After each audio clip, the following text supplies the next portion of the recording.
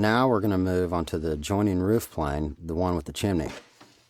This side of the roof is too short to start with a full tile, so we'll start with a half tile.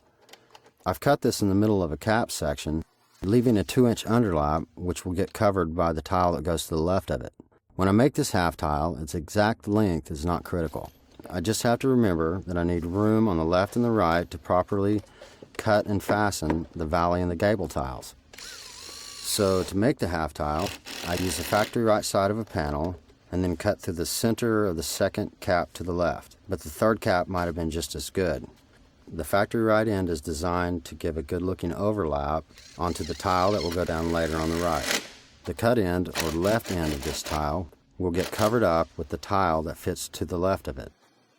Start by labeling this LG for left gable.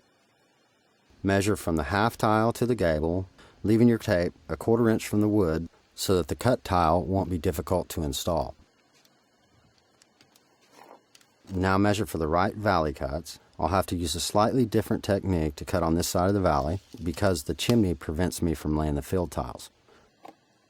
So this first valley cut is the one I measured from the half tile. The measurements was 20 inches at the bottom and 33.5 at the top. This tells me that all the cut tiles in this valley will be 13.5 inches different between the bottom and the top measurements. So now I can cut all my valley tiles from those two measurements of the first course by just adding 13.5 inches to each tile up the valley.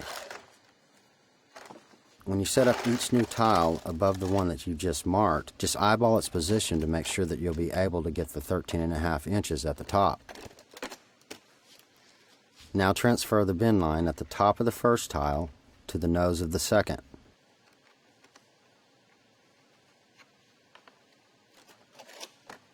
And I want to carry my tape straight up to the back flange without sliding it side to side. Let's look at that move again. I do that by using my soapstone like a gun sight, keeping it aligned with some vertical feature on the tile.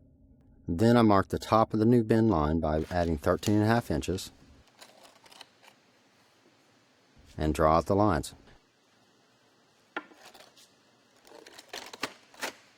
Again, transfer the bin line to the nose of the new tile. Carry the mark up and measure 13.5 inches over.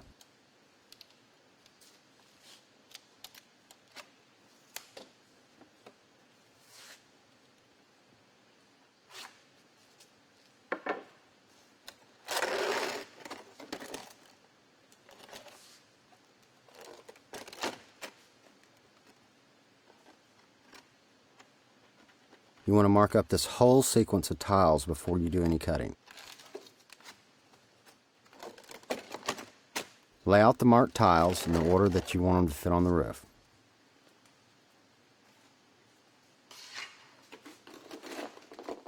Now cut and bend all the tiles, keeping them in order.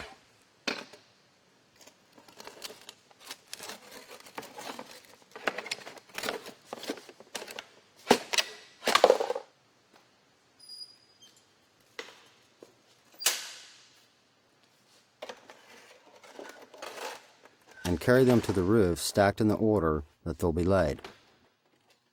The cut that goes in the top will need some modification to fit the ridge, so I'll do this one when I finish out the ridge.